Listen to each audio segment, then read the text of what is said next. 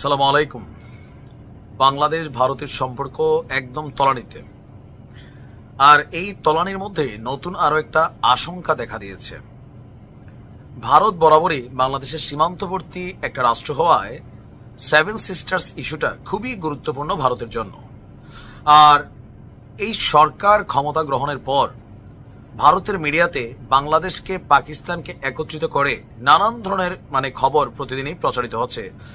যেমন পাকিস্তান থেকে যখন আমরা পেঁয়াজ আনলাম, তখন ভারতের গণমাধ্যম বলল পেঁয়াজের মধ্যে নাকি আমরা পাকিস্তান থেকে বোম টোম নিয়ে আসছি, মিসাইল নিয়ে আসছি, ক্ষেপণাস্ত্র নিয়ে আসছি। তো এই যখন পরিস্থিতি, ভারতের সেনাপ্রধান খুবই ভয়ঙ্কর এবং চাঞ্চল্যকর অভিযোগ এনেছে এই মুহূর্তে বাংলাদেশের বিরুদ্ধে, বা কোথাও না কোথাও এটা বর্তমান সরকারেরকে একটা চ্যালেঞ্জিং ইস্যু দিয়ে দিল ভারত। ভারত বলছে বাংলাদেশে পাকিস্তানের সেনাবাহিনী এবং গোয়েন্দা সংস্থা আইএসআই এর সদস্যরা প্রবেশ করেছে, বা তারা এই মুহূর্তে বাংলাদেশে এসেছেন। ভারতীয় সেনাপ্রধান জেনারেল উপেন্দ্র দ্বিবেদী তিনি বলছেন এই সেনা এবং গোয়েন্দারা বাংলাদেশ ভারত সীমান্তবর্তী শিলিগুড়ি করিডোরের কাছেও তারা ঘুরে এসেছেন। দাবি সেনাপ্রধানের। Siliguri corridor basically chicken neck হিসাবে পরিচিত, যেটি ভারতের উত্তর পূর্বাঞ্চলকে মূল ভূখণ্ডের সাথে যুক্ত করেছে।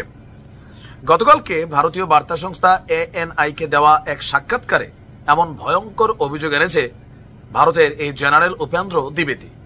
তিনি বলছেন তার কাছে প্রশ্ন ছিল ভারতের সীমান্তবর্তী এবং চিকেন নেকের স্পর্শকাতর অঞ্চলে পাকিস্তানি সেনা এবং গোয়েন্দারা গিয়েছিলেন। তথ্য আছে ভারতীয় মিডিয়ার কাছে বা গোয়েন্দাদের কাছে। তো এইটা নিয়ে তিনি উদ্বিগ্ন কিনা বাংলাদেশের এই সিচুয়েশনটাতে, তিনি বলছেন যে আমি একটি আলাদা দেশের ক্ষেত্রে পাকিস্তানের ক্ষেত্রে সন্ত্রাসবাদের কেন্দ্র শব্দটি ব্যবহার করেছি।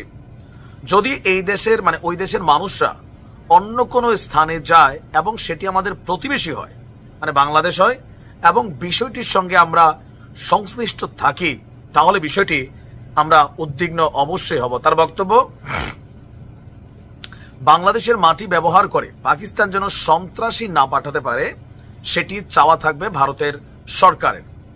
এবং তিনি বলছেন বাংলাদেশের মাটি ব্যবহার করে পাকিস্তানি সন্ত্রাসীরা যেন ভারতে সন্ত্রাসীদের পাঠাতে না পারে, বিষয়টা নিয়ে তারা কনসার্ন করছেন। অপরদিকে বাংলাদেশ সেনাবাহিনীর সাথে ভারতীয় সেনাবাহিনীর বেশ ভালো সম্পর্ক আছে তিনি দাবি করে বলেছেন।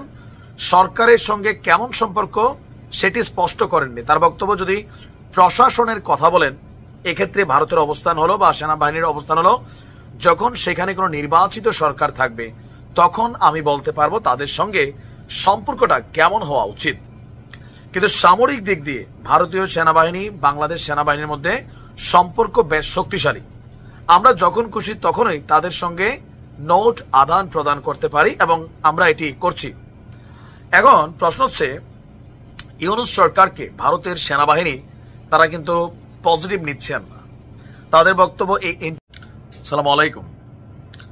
যারা বিএনপির রাজনীতি করেন না, এনটি বিএনপি যে রাজনৈতিক দলগুলো আছে, এর মাঝখানে জামাত ইসলাম, ভিপি নুরের গণ অধিকার পরিষদ, বৈষম্যবিরোধী ছাত্র আন্দোলন, আর আওয়ামী লীগ তো মাঠে নাই, চরমোনাই, হেফাজত ইসলাম, ইসলামী আন্দোলন বাংলাদেশ, তাদের প্রত্যেকের বক্তব্যের একটা মোটা কথা হচ্ছে বিএনপির মাথা আউলাই গেছে ক্ষমতা গ্রহণের জন্য। কেন?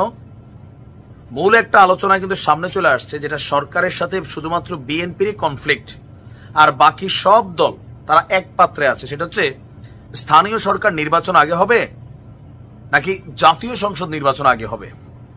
এ নিয়ে বিএনপি ছাড়া সবগুলো দল কিন্তু একটা পাল্লিতেই অবস্থান করছে।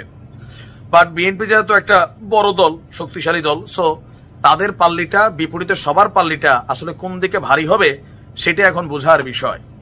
অলরেডি ডক্টর মোহাম্মদ ইউনূস একজন কি বলা হয় যে আপনার অক্ষম সরকার প্রধান হিসাবে দেখছে বিএনপি। আজকে বিএনপির স্থায়ী কমিটির সদস্যরা বেশ কিছু বক্তব্য দিয়েছেন, যেগুলো নিয়ে পাল্টা কাউন্টার হচ্ছে। জাতীয় নাগরিক কমিটির একজন মুখপাত্র সামান্তা শারমিন তিনি বলছিলেন 15 বছর যাবৎ যে ক্ষুধা জমা আছে, সেই ক্ষুধা নিবারণের জন্য অলরেডি পাগল হয়ে গেছে বিএনপি। বাট বিএনপি বলছে স্থানীয় সরকার নির্বাচন দেওয়ার ক্ষমতা কোন অন্তর্বর্তীকালীন সরকারের নেই। একটা চ্যালেঞ্জ ছড়ে দিয়েছেন। কিন্তু এই সরকারের ক্ষমতা শেখ হাসিনার পালানোর পর থেকে নির্বাচন পর্যন্ত। বাংলাদেশকে একটি সুষ্ঠু নির্বাচনের দিকে আপনার ধাবিত করতে হলে নির্বাচিত সরকারের হাতে ক্ষমতা হস্তান্তর করতে হবে, এর বাইরে সরকারের আর কিছু করার ক্ষমতা নেই। এখন আমির খসরু সাহেব যখন এই কথা বলছেন, নিশ্চয়ই সংবিধান এবং রীতিনীতি মেনেই তিনি এই তথ্যটা জনগণের সামনে দিয়েছেন।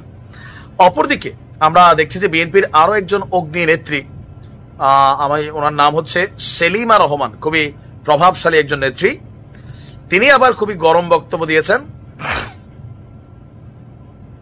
তিনি বলছেন যে নির্বাচন নিয়ে ষড়যন্ত্র চলছে। একজন বলছে সংস্কার, একজন বলছে স্থানীয় সরকার নির্বাচন, একদল বলছে নির্বাচন। আপনাদের তো স্থানীয় সরকার নির্বাচন করার দায়িত্ব না, আপনারা এটা করতেও পারেন না।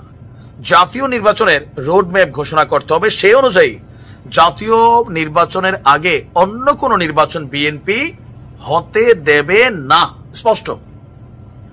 তাহলে কি সরকারকে ঠকে দেবে, নির্বাচনকে রুখে দেবে? দেবে তো দেবে, কিভাবে দেবে? রাজপথে নেমে আন্দোলন করবে? তাহলে তো বৈষম্য বিরোধীরা মাঠে নামবে, জামাত মাঠে নামবে, হেফাজত চরমনাই, ইসলামী আন্দোলন, ভিপিনুরের দল, জাতীয় নাগরিক কমিটি, ব্লা ব্লা ব্লা মাঠে নামবে। তাদের সাথে মাঠে থাকবে আইন শৃঙ্খলা বাহিনী। তো কিভাবে আসলে রুখে দেবে?